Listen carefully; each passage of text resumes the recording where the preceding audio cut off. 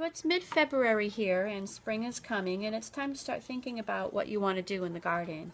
And this year I'm going to start a hummingbird garden, something I have not done before. And I received some products here to sort of check out. So what I have here is 3 vertical hanging hummingbird feeders. This one is made by Perky Pet. It's clear, it holds about 3 ounces, and it has 3 perches, and the birds will sit on them and then feed out of one of the 3 feeders here. So that looks like it's going to be pretty simple, pretty easy. The next vertical bird feeder I have is made by Best One Hummingbird Feeder, and it's 8 ounces, and this one is made in the USA. It's one of the things that they like to put on their site here. This is a glass bottle. They also have a larger size bottle as well. Screws off pretty easy, so not too bad. The base here comes apart so that you can clean out the inside, and this plastic, it has 8 ports to feed from. And one of the things I've read online about this particular one, the Best One, is that there was a problem with the birds getting stuck in the perch, so they have rectified the situation apparently by adding 2 standing perches on here. So however that works, I guess they fixed it. And then it just screws back on nice and tight. This has not been mentioned online as having a leaking problem, which is good. However, there has been a problem with the band here, the metal band. Apparently this can be somewhat heavy when it's filled, and the band can just slip right off. It just has sort of a fold over clamp here, but I guess it's not a big deal. People are still loving it, and they're just saying they fixed it by buying a new clamp at the hardware store. So that's actually been pretty popular as far as what I've researched. Now this little fella is a single feeder. It's by Perky Pet, and 2 major problems I read about online. So one of them is leaking a little bit here from where you screw on the cap. So what I've done is I went and bought a pair of dishwashing gloves, just those cheap like rubber ones, and then I cut a disc out of it the size of the bottom here, and I've set it inside here before I screw this on, so that it will make like a rubber seal, almost like a grommet or something in there, so that it will hopefully help with that leaking and I won't have that problem. And then just for fun, this does come with the with this bee guard, but it did not come with this pedal around here. This is just a little rubber pedal that I found at the craft store, and I just put it on just because I thought it was cute. But I have not read that they were not feeding from it without it. I just liked it. So this little single feeder is gonna hang. Then I have in the back here something called a saucer feeder. Now this is by Aspects, and this is the Hum Blossom. This is their newest one. This is a 4-ounce capacity, and a saucer feeder is not vertical, you notice right away.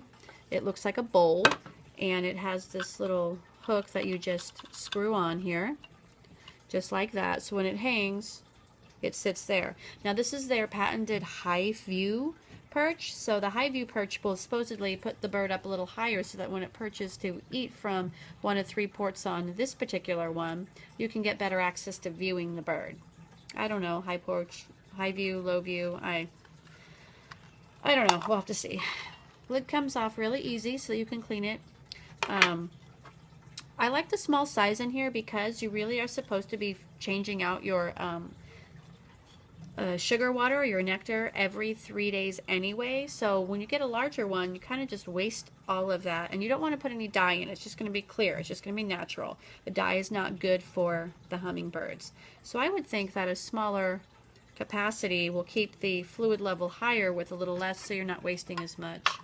And if you place these in the shade, it helps to keep it from fermenting as well. So that's that version. And then I also have a larger 8-ounce capacity. Again, it's a saucer version by Aspects, but this one is a low perch. So whereas this one perches up high above the feeding ports, this one perches a little bit below the feeding ports. And again, this is a 3-port. They make it in larger capacities as well. So you will put the stick on there. The nice thing about this particular one here is that this one has an ant moat built in. So let me get this in and I'll show you. Right inside here is a hollow. And what you'll do is you'll just put water in there, and it will keep the ants from being able to get into the nectar. And then this just pops off here to be able to clean pretty easy as well. And here you'll put the nectar here, and then you'll keep the water in there. And I've read that if you put a little oil on top of the water, it helps even more to keep the ants away. One thing to mention before I put this back on is you can purchase bee guards for this through Aspects, which will go right on the ends of these ports, and it keeps the bees from being able to get in there. There's been mixed reviews on the bee ports. Some say that the birds don't drink out of it once they put the bee ports on, and other people have had absolute no problems at all, and they just love it with the bee guards. So again, jury's out on that. We'll have to see. As far as being able to keep those feeders clean, the maintenance is really important on here. They can get mold and things because of the sugar and the water. And if you don't have a clean bird feeder, you can make the birds sick if they drink from it. And two is a lot of times they'll just stop coming. So what fun is that?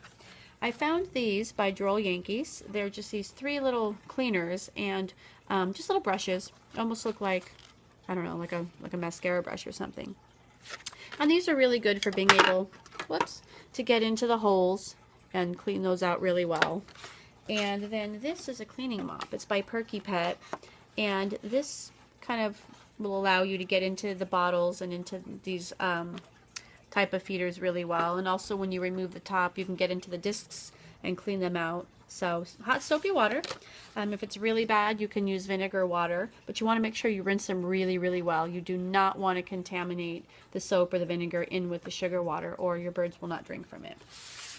On a slight flip side of that, I have an item here, 2 items actually, to feed regular birds for bird seed. This is a little feeder by Droll Yankees.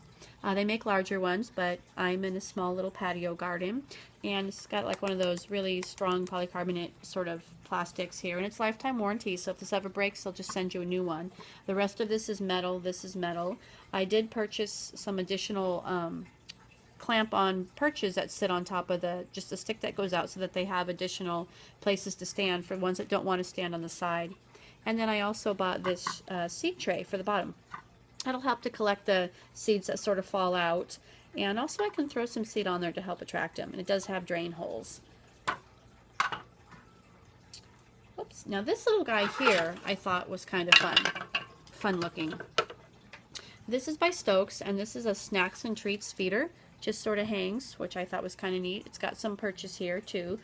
And inside this bowl, it's a little plastic bowl, and it does have drain holes in it. You can put bird seed, you can put some bird jelly if you're feeding those kind of birds. You can put in like a half an orange or some fruit and feed them that way. And I thought that was kind of fun. I'm probably going to use it for bird seed if I use this particular cup.